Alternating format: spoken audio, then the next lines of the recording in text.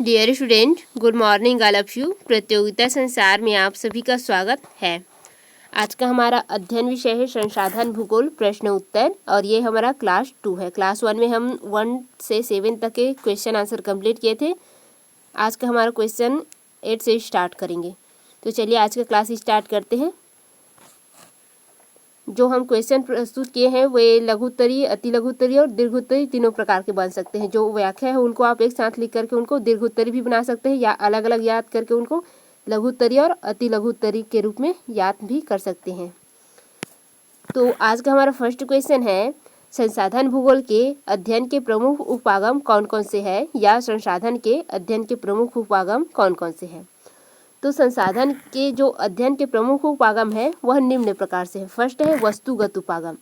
संसाधन क्या है आपका, एक वस्तु है जिसे क्या करता है, मानव उपयोगिता प्रदान कर संसाधन में परिणित करता है। तो ये वस्तुगत उपागम उसका फर्स्ट उपागम है। फिर है प्रादेशिक उपागम।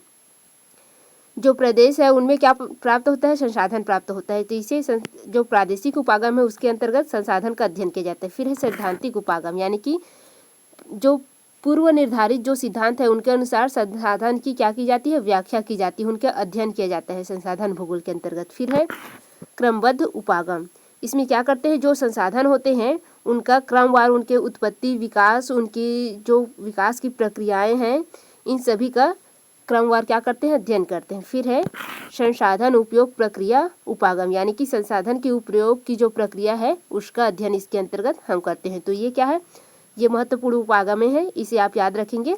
और इनकी व्याख्या भी चाहिए तो नीचे हम इसे संक्षिप्त रूप में अति लघु उत्तरीय और लघु उत्तरीय रूप में प्रस्तुत किए हैं, तो उनको आप एक साथ लिख करके दीर्घ उत्तरीय भी तैयार कर सकते हैं। तो चलिए नेक्स्ट क्वेश्चन में जाते हैं।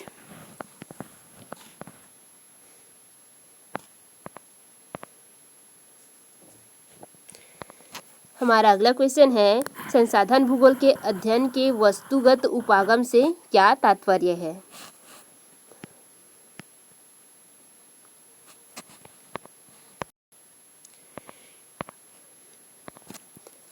इस उपागम के अंतर्गत किसी वस्तु, घटना एवं पदार्थों की विश्व वितरण संबंधी सामान्य विशेषताओं का अध्ययन किया जाता है।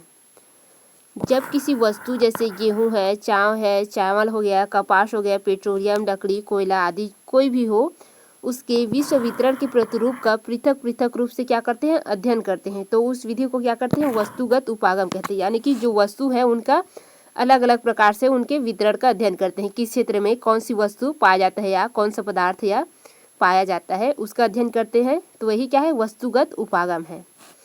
वस्तुगत उपागम में संसाधन भूगोल के अध्ययन की निम्न 3 चरणें अपनाई जाती है। फर्स्ट है संसाधन भूगोल की विभिन्न तत्व, वस्तु अथवा आर्थिक क्रियाओं की भौगोलिक स्थिति एवं उनके वितरण का प्रतिरूप, यानी कि जो खनिज है, तत्व है, पदार्थ है और आर्थिक क्रिया है, प्राथमिक, द्वितीयक, तृतीयक, उनका क्या है, भौगोलिक स्थिति, यानी कि उसकी स्थिति कहाँ से कहाँ तक है, स्थिति विस्तार जो है वो, और उनके जो वितरण प्रतिरूप है, किन किन देशों में वह जो वस्तु है वह विद्यमान है, इसका अध्ययन फर्स्ट रूप में हम करते हैं। फिर सेकेंड में है जो ये तत्व देखे हैं उनकी विशेषताएं, उनके विविध पक्ष से संबंधित जो प्रक्रियाएं हैं उनका अध्ययन करते हैं। फिर थर्ड में अध्ययन करते हैं हम जो वस्तुएं हैं और मानव है और प्राकृतिक पर्यावरण है, उनके अंतर संबंध का क्या करते हैं, विश्लेषण करते हैं। उनके कार्यात्मक अंतर संबंध हो या क्षेत्रीय अंतर संबंध हो या प्रादेशिक अंतर संबंध हो, उनका क्या करते हैं, अंतर संबंधों का विश्लेषण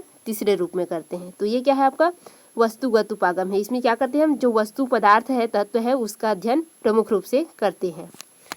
फिर नेक्स्ट है संसाधन भूगोल के अध्ययन के प्रादेशिक उपागम से क्या तात्पर्य है। संसाधन भूगोल के अध्ययन के प्रादेशिक उपागम से तात्पर्य है, इसके अंतर्गत क्षेत्र विशेष को या संपूर्ण विश्व को समानता या विषमता के आधार पर, चाहे वह खनिज उत्पादन के क्षेत्र में हो या कोई निर्माण वस्तु या जनसंख्या, कोई भी एग्जाम्पल को इसमें से आप ले लेंगे, चाहे व्यापार हो, आय हो, व्यय हो, भोजन वगैरह की या आर्थिक क्षेत्र हो, किसी भी तथ्यों को आप ले सकते हैं एग्जाम्पल के तौर पर। उसी के आधार पर कई छोटे छोटे प्रदेशों में क्या कर दिया जाता है, उसको विभाजित कर दिया जाता है। फिर प्रत्येक के साधनों पर भौगोलिक वातावरण के प्रभाव तथा उसके अंतर संबंध की विवेचना की जाती है। यही क्या है, प्रादेशिक उपागम है। अर्थात इसमें क्या करते हैं, जो संसाधन या तत्व या पदार्थ है उसको प्रदेशों में विभाजित करके क्या करते हैं, उसका विश्लेषण, उनके अंतर संबंधों का अध्ययन की जाती है। फिर नेक्स्ट जो उपागम है वह है, क्वेश्चन है संसाधन भूगोल की सैद्धांतिक उपागम से क्या तात्पर्य है, या उसे स्पष्ट कीजिए। तो संसाधन भूगोल की सैद्धांतिक उपागम के अंतर्गत किसी वस्तु का आर्थिक क्रियाओं और प्रादेशिक विषमता तथा उसके वितरण प्रतिरूपों का अध्ययन पूर्व निर्धारित सिद्धांतों के आधार पर किया जाता है। यानी कि जो तत्व पदार्थ है या उससे संबंधित कोई भी क्रियाकलाप है उसका अध्ययन किसके अंतर्गत किया जाता है, जो पूर्व निर्धारित सिद्धांत है उससे तुलनात्मक किया जाता है। तो यही क्या कहलाता है, आपका सैद्धांतिक उपागम है, यानी कि पहले निर्धारित जो सिद्धांत है उसके आधार पर करते हैं। फिर नेक्स्ट क्वेश्चन है संसाधन भूगोल की अध्ययन के क्रमबद्ध उपागम से क्या तात्पर्य है। इस उपागम के अंतर्गत प्रत्येक संसाधन का अलग अलग प्रकरणों अध्ययनों में वर्णन तथा उनके वितरण संबंधित विशेषताओं का क्रमबद्ध विवेचन किया जाता है। यानी कि इसमें क्या करते हैं, जो संसाधन है अलग अलग प्रकार के, उनके विभिन्न तथ्यों के आधार पर अध्ययन वर्णन किया जाता है। फिर उनके वितरण संबंधी जो विशेषताएं हैं उनका क्या करते हैं, क्रमबद्ध विवेचन किया जाता है, जिसमें संसाधन भूगोल की जो मुख्य उद्देश्य है उसका अध्ययन करना क्या हो जाता है, संभव हो जाता है। फिर है नेक्स्ट जो क्वेश्चन है वह है संसाधन भूगोल के अध्ययन के संसाधन उपयोग प्रक्रिया उपागम से क्या तात्पर्य है। इसके अंतर्गत क्या करते हैं, जो संसाधन उपयोग प्रक्रिया उपागम है इसके अंतर्गत पृथ्वी की संसाधन तथा मानवीय आर्थिक क्रियाओं के अंतर संबंधों का अध्ययन किया जाता है। यानी कि इसमें उपयोग प्रक्रिया यानी कि मानव किस प्रकार से उसे उपयोग कर रहे हैं आर्थिक रूप में, तो उनके अंतर संबंधों का अध्ययन ही हो गया, तो इनका अध्ययन किया जाता है। फिर ये कंप्लीट होता है आपका उपागम वाला पॉइंट। आप इसे चाहे तो दीर्घ उत्तरी बनाना चाहे तो केवल आंसर को ही व्याख्या के रूप में लिख सकते हैं, फर्स्ट क्वेश्चन जो अध्ययन किए हैं उसके, या अलग अलग रूप में सरलता से अध्ययन करना चाहे तो जो हम प्रस्तुत किए हैं अति लघु उत्तरी और लघु उत्तरी रूप में वैसे ही लिख सकते हैं। फिर है नेक्स्ट क्वेश्चन,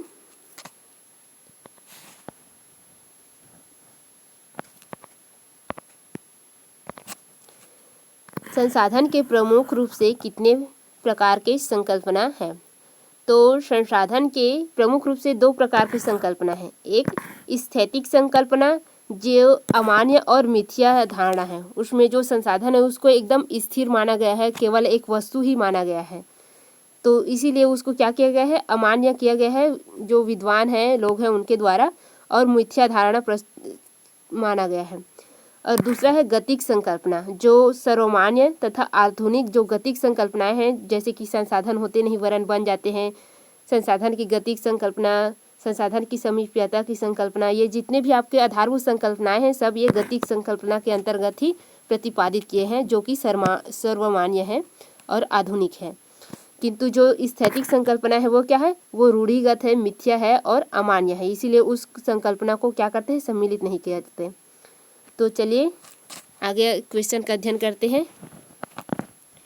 संसाधन के प्रमुख आधारभूत संकल्पनाओं को संक्षिप्त में स्पष्ट कीजिए। अब हम देखते हैं जो आधारभूत संकल्पनाएं हैं उनका अध्ययन। संसाधन की प्रमुख आधारभूत संकल्पनाएं निम्न प्रकार से हैं। फर्स्ट क्या है, संसाधन होते नहीं वरन बन जाते हैं। यह संकल्पना जिम्मरमैन ने सर्वप्रथम दिया था और ये वास्तव में सच्ची है। आपको पता है कि कोई भी संसाधन हो, कोई भी साधन हो जो प्रकृति द्वारा प्राप्त होता है, उसे जब तक मानव उपयोग नहीं करेगा तब तक कि वह क्या होगा, संसाधन की श्रेणी में नहीं आता। तो इसी आधार पर जिम्मरमैन ने क्या इस संकल्पना को प्रस्तुत किया है। फिर है सेकंड, संसाधन एक सक्रियात्मक या क्रियात्मक संकल्पना है, यानी कि ये क्या करता है, मानव की इच्छाओं को पूर्ति करने की क्षमता रखता है, तभी संसाधन कहलाता है, इसलिए इसे सक्रियात्मक या क्रियात्मक संकल्पना कहा गया है। फिर संसाधन एक गतिशील संकल्पना है, यानी कि संसाधन क्या है, मानव भी एक संसाधन है, किंतु वह क्या करता है, निरंतर अपने बुद्धि गुण के अनुसार वह क्या कर रहा है, विकास कर रहा है, इसीलिए इसे क्या कहा गया है, गतिशील संकल्पना कहा गया है जो संसाधन है उसको। फिर है इनकी व्याख्या हम नीचे प्रस्तुत किए हैं लघु उत्तरी और अति लघु उत्तरी रूप में, तो वहाँ से आप इसका नोट तैयार कर लेंगे। पहले इसका शॉर्ट रूप देख लेते हैं, पहले कौन कौन सी संकल्पनाएं प्रस्तुत है ये। संसाधन देश काल सापेक्ष की संकल्पना है, यानी कि क्या होता है, प्रत्येक संसाधन जो है प्रत्येक क्षेत्र में संसाधन के रूप में परिणित नहीं होते। जो ठंडे प्रदेश है वहाँ पर क्या होता है, ऊनी वस्त्रों का या ऊन का क्या होता है, महत्व अधिक होता है, किंतु जो उष्ण प्रदेश है, भूमध्य रेखीय प्रदेश है, वहाँ पर ऊनी वस्त्रों का कोई उपयोग नहीं होता। तो उस क्षेत्र में क्या होगा, वह संसाधन नहीं होगा, केवल एक वस्तु होगा जिसका कोई महत्व नहीं है। फिर नेक्स्ट है संसाधनों की परिवर्तनशीलता की संकल्पना। जो संसाधन क्या हुआ है, निरंतर परिवर्तनशील है, विकासशील है। फिर है संसाधनों की न्यूनता या सीमित की संकल्पना। वर्तमान में बढ़ती जनसंख्या को देखते हुए जो संसाधन है वह क्या है, जो असीमित है, वे संसाधन भी सीमित होते जा रहे हैं, क्योंकि मानव क्या कर रहे हैं, अति दोहन कर रहे हैं। तो कुछ विद्वानों ने क्या कहा है, जो संसाधन है उनकी न्यूनता या सीमितता का संकल्पना दिया है। नेक्स्ट है संसाधन के संरक्षण की संकल्पना। वर्तमान में संरक्षण जो संसाधन है वह क्या हो रहा है, तीव्र गति से दोहन हो रहा है, इसीलिए संरक्षण भी आवश्यक है। इसी को देखते हुए विद्वानों ने संसाधन की जो संरक्षण की संकल्पना है उसको प्रस्तुत किए हैं। फिर है संसाधन की अभिगम्यता, मतलब होता है पहुंच की संकल्पना। कोई भी साधन जब तक मानव के पहुंच में नहीं आएगा तब तक वह क्या होगा, संसाधन नहीं होगा। तो इसी आधार पर ये संकल्पना जो है प्रस्तुत किए हैं। फिर नेक्स्ट है संसाधन के पर्याप्तता की संकल्पना। कोई भी साधन जब तभी संसाधन कहलाएगा जब तक वह मानव की जो आवश्यकता है उसको पूर्ति करने में सक्षम हो, यानी कि पर्याप्त हो। इस आधार पर यह संकल्पना प्रस्तुत किए गए हैं। फिर है संसाधन और आर्थिक विकास की संकल्पना। जिस क्षेत्र में संसाधन का अधिक उपयोग हो रहा है और उचित दृष्टिकोण से हो रहा है, यानी कि सही तरीके से हो रहा है, उस क्षेत्र में क्या होता है, आर्थिक विकास जो है तीव्र गति से होता है। और जिस क्षेत्र में तीव्र दोहन हो रहा है संसाधन का, किंतु सही तरीके से उपयोग नहीं हो रहा है, उस क्षेत्र में क्या होता है, आर्थिक विकास तो क्या होता है, होता ही है, लेकिन उनको समस्याएं भी उत्पन्न होती है। किस चीज़ की, संसाधन की सीमित की, क्योंकि संसाधन क्या है, जल्दी ही समाप्त हो जाते हैं। फिर नेक्स्ट जो संकल्पना है वह है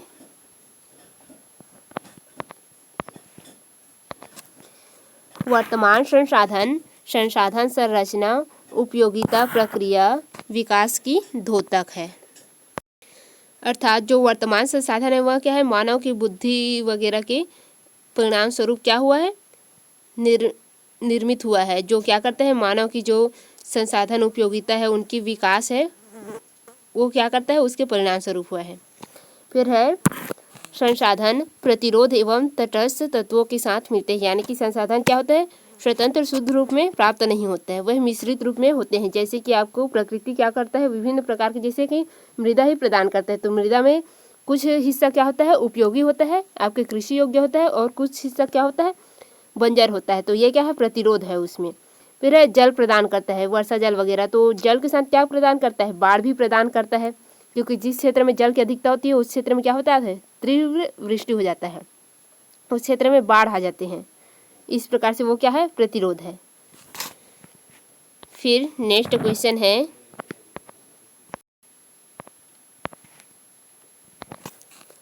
संसाधन की आधारभूत संकल्पना। संसाधन होते नहीं वरन बन जाते हैं को स्पष्ट कीजिए, यानी कि इसका आशय क्या है, यह स्पष्ट करना है।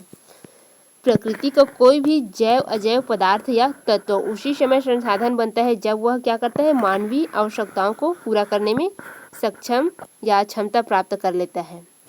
इसीलिए जो जिम्मरमैन ने कहा है कि संसाधन होते नहीं वरन बन जाते हैं। उदाहरण के तौर पर पृथ्वी तल पर जो बहने वाली नदियों की जल है वो क्या होता है, विद्युत उत्पादन के गुण से सदैव ही विद्यमान रहते हैं, यानी कि उनमें विद्युत उत्पादन गुण विद्यमान रहता है, क्योंकि उनमें हमेशा क्या होता है, हमेशा गतिशील होता है, और गतिशीलता में क्या होता है, विद्युत उत्पन्न होता है। परंतु वह जल विद्युत संसाधन के रूप में तब तक परिणत नहीं होता या परिवर्तित नहीं होता, या तब तक हम नहीं कहते जब तक कि मानव क्या करता है, उस जलधारा पर टरबाइन है उसको लगा करके बिजली उत्पादन कर उपयोग नहीं कर लेता, तब तक हम क्या नहीं कहते, उसको जल विद्युत संसाधन नहीं कहते। जब मानव उसका जल विद्युत उत्पादन कर उपयोग करता है तभी हम उसे क्या कहते हैं, जल विद्युत संसाधन कहते हैं। नहीं तो वह क्या होता है, सामान्यतः एक नदी की जलधारा ही होता है। इसी प्रकार यानी कि संसाधन होते नहीं, बन जाते हैं। कैसे? मानव के उपयोग के द्वारा। फिर नेक्स्ट जो क्वेश्चन है वह है, संसाधन एक सक्रियात्मक या क्रियात्मक संकल्पना है। आधुनिक विचारकों की जो संसाधन की संकल्पना है, इसके संबंध में सर्वाधिक महत्वपूर्ण विचारधारा में एक है कार्यात्मक संकल्पना से संबंधित जो विचारधारा है। उनके अनुसार संसाधन कार्यात्मक और सक्रिय होते हैं, यानी कि मानव की आवश्यकताओं को पूर्ति करने वाले और गतिशील होते हैं। इनका निर्माण मानव प्रयासों से होता है, यानी कि मानव की बुद्धि वगैरह से, उनके मेहनत से क्या होता है, यह संसाधन में परिणत होता है। फिर है यह गतिक है, ये उनकी मान्यताएं हैं। अब देख लेते हैं संसाधन कार्यात्मक और सक्रियात्मक किस प्रकार से। यह कार्यात्मक शब्द का अभिप्राय है मानव की इच्छा की पूर्ति करने वाली क्षमता से, यानी कि जो मानव की इच्छा की पूर्ति करने वाली क्षमता है उसी को क्या कहा गया है, कार्यात्मक क्या कहा गया है। मानव संसाधन इच्छाओं की संतुष्टि करते हैं और मानव के लिए कल्याणकारी होते हैं। इसका तात्पर्य यह है कि मानव संसाधन के लिए कार्यात्मक अर्थात कार्य करने की क्षमता रखने वाले होते हैं, यानी कि जो संसाधन होता है वो क्या होता है, मानव के लिए जो कार्यात्मक अर्थात उनके कार्य की पूर्ति करने की क्षमता रखने वाले होते हैं। फिर नेक्स्ट जो क्वेश्चन है वह है, संसाधन एक गतिशील संकल्पना है, स्पष्ट कीजिए। तो किस प्रकार से गतिशील है यह देखते हैं। संसाधन गत्यात्मक होते हैं, इनमें सदैव विकास होते रहता है। यह क्या होते हैं, विकास में रहते हैं, उनमें परिवर्तन होते रहते हैं। संसाधन एक और मानव की क्रियाकलापों को प्रभावित करता है और दूसरी ओर क्या होता है, वह उनसे प्रभावित होता है, उनसे प्रभावित होकर क्या होता है, परिवर्तित हो जाता है। जैसे कि जो मृदा है वह क्या होता है, जो बंजर भूमि होता है उसमें मानव क्या करते हैं, अपनी बुद्धि श्रम लगा करके उसको उपजाऊ बना देता है। तो वह जो बंजर भूमि है उससे किस में परिवर्तित हो जाता है, यानी कि उसकी परिवर्तन या विकास किस में हो जाता है, उपजाऊ भूमि हो जाता है। तो ये क्या है, गतिशील है। इसी वजह से उसको क्या कहा गया है, मानव जो संसाधन है वह एक गतिशील है। इसी के आधार पर गतिशीलता की संकल्पना दी गई है। जो मानव होते हैं वे अपने बुद्धि से उसको क्या करते हैं, परिवर्तित करते हैं। यहाँ पर कुछ वाक्य त्रुटि हुआ है लिखने में, तो उसे आप सुधार लेंगे, क्योंकि टाइपिंग एग्ज़ाम की वजह से थोड़ा जल्दी जल्दी कर रहे हैं, इसी वजह से थोड़ा सा मिस्टेक हो गया है। उदाहरण है, एक कोटेशन है, वर्तमान संसाधन मानव के भूतकाल के कार्यकलापों का द्योतक है, यानी कि परिणाम है। यानी कि वर्तमान में जो संसाधन है वो किसकी परिणाम है, जो मानव के भूतकाल के कार्यकल्पना है उनका परिणाम है। वो लोग अपने बुद्धि से क्या किए, जो कार्य किए हैं उनका परिणाम है। फिर नेक्स्ट जो क्वेश्चन है वह है,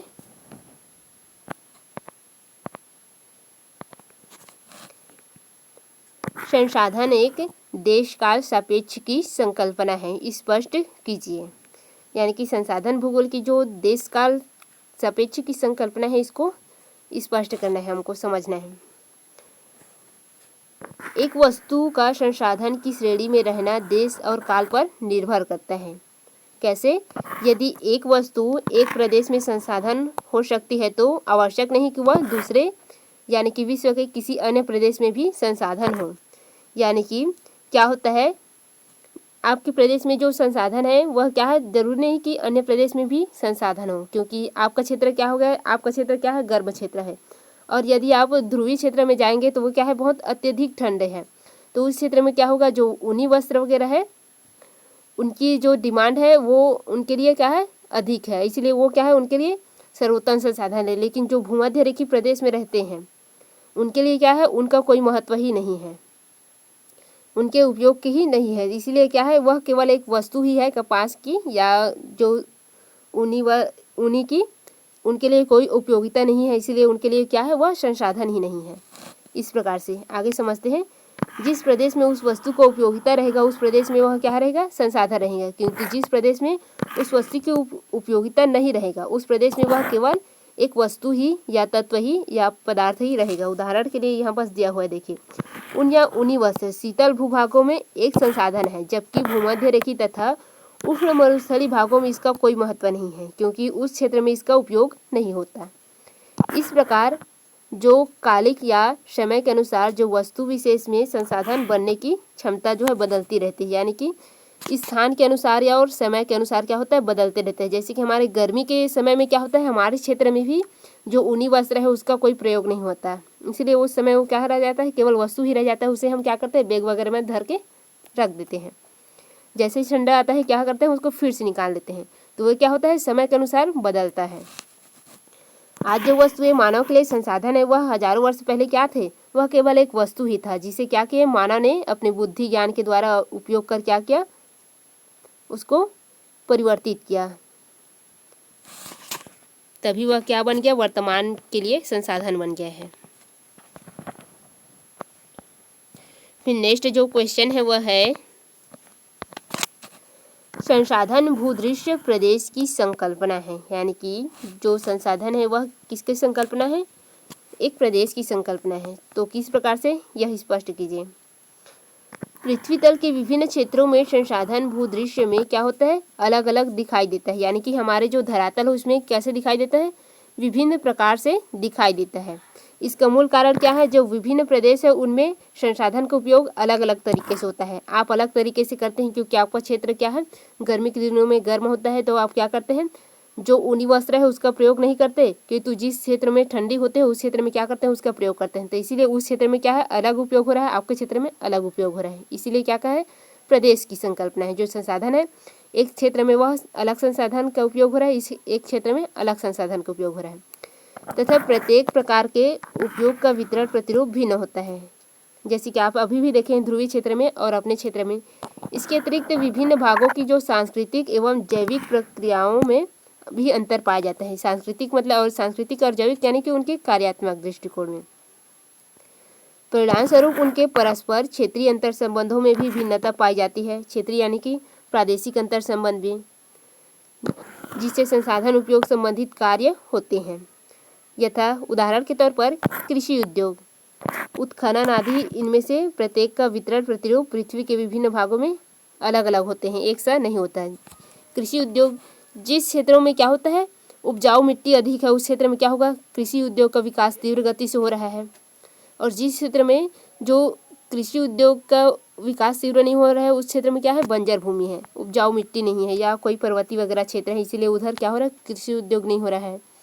इस प्रकार से क्या है, जो संसाधन है वह एक अलग अलग प्रदेशों में अलग अलग स्तर पर प्राप्त होता है। इसीलिए इसे क्या कहा गया है, संसाधन भूदृश्य प्रदेश की संकल्पना, यानी कि संसाधन क्या होता है, भूदृश्य में विभिन्न रूप से पाए जाते हैं। अब नेक्स्ट जो क्वेश्चन है वह है,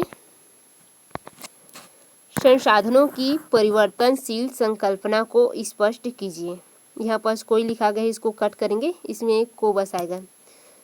तो मिचेल के अनुसार समस्त मानव संसाधनों में ज्ञान सबसे बड़ा महत्वपूर्ण संसाधन है, यानी कि मानव क्या है, एक संसाधन है, मानवीय संसाधन, उसमें क्या है, ज्ञान होता है। वह क्या करता है, आधुनिक समय में जो मानव है वो सभ्य है और अपनी बुद्धि, कुशलता और ज्ञान से क्या करते हैं, प्रकृति तथा सामाजिक विकास करके वह क्या कर रहे हैं, समृद्धि का मार्ग निर्धारित कर रहे हैं। यानी कि जो संसाधन है उसको क्या कर रहे हैं, अपने बुद्धि, श्रम, तकनीक से उसको परिवर्तित कर अपने उपयोग में ला रहे हैं और अपने समृद्धि का मार्ग स्वयं निर्धारित कर रहे हैं। तो ये क्या है, संसाधन की परिवर्तनशील। मानव भी क्या है, एक संसाधन है। पहले किस रूप में थे मानव, वो आदिम रूप में थे, जंगलों में घूमते थे, उनकी कोई घर नहीं थी। लेकिन मानव अब क्या कर चुके हैं, जो संसाधन है उनका विकास करते गए हैं और अब कहाँ रहते हैं, अब महलों में रह रहे हैं, उनके बड़े बड़े मकान है, कॉम्प्लेक्स है, बिल्डिंग है, इस प्रकार से रह रहे हैं।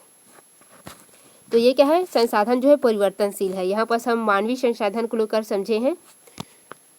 फिर है नेक्स्ट क्वेश्चन, संसाधनों की न्यूनता अथवा सीमित की संकल्पना, यानी कि कुछ पूंजीपति जो विचारधारक है, जो विद्वान है, उन्होंने क्या कहा है, जो संसाधन है वह न्यूनता है, उनकी न्यूनता है, इनमें विश्वास रखते हैं। उनका मत है कि संसाधन क्या है, अत्यंत सीमित है और जनसंख्या क्या है, तीव्र गति से वृद्धि कर रहे हैं। तो भविष्य में इनकी शीघ्र कमी होने की क्या है, संभावना है, शीघ्र कम हो जाएगी, क्योंकि मानव क्या कर रहे हैं, इसका तीव्र गति से और अकुशलता से उपयोग कर रहे हैं। इसीलिए इन्होंने क्या प्रस्तुत किया है, संसाधनों की न्यूनता या सीमित होने की संकल्पना को प्रस्तुत किया है इसी आधार पर, क्योंकि वर्तमान में आप सभी जानते हैं कि जनसंख्या तीव्र गति से बढ़ रहा है और संसाधन की कमी होती जा रही है। आपके पेट्रोलियम वगैरह को ही देख लीजिए, सरकार क्या कर रहा है, कृत्रिम रूप से पेट्रोल उत्पादित करने की विभिन्न प्रकार की जो शोध कार्य है वो खोज रहे हैं, क्योंकि क्या हो रहा है, आपके कोयला जो पेट्रोल वगैरह है वे लगभग समाप्त हो रहा है और सीमित भी है इसी प्रकार से। तो इसी आधार पर इसको क्या, इस संकल्पना की स्थापना की गई है।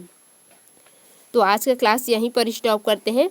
आगे हम फिर से एक नई टॉपिक लेकर के संसाधन भूगोल का फिर से नए चैप्टर को शुरुआत करेंगे। धन्यवाद।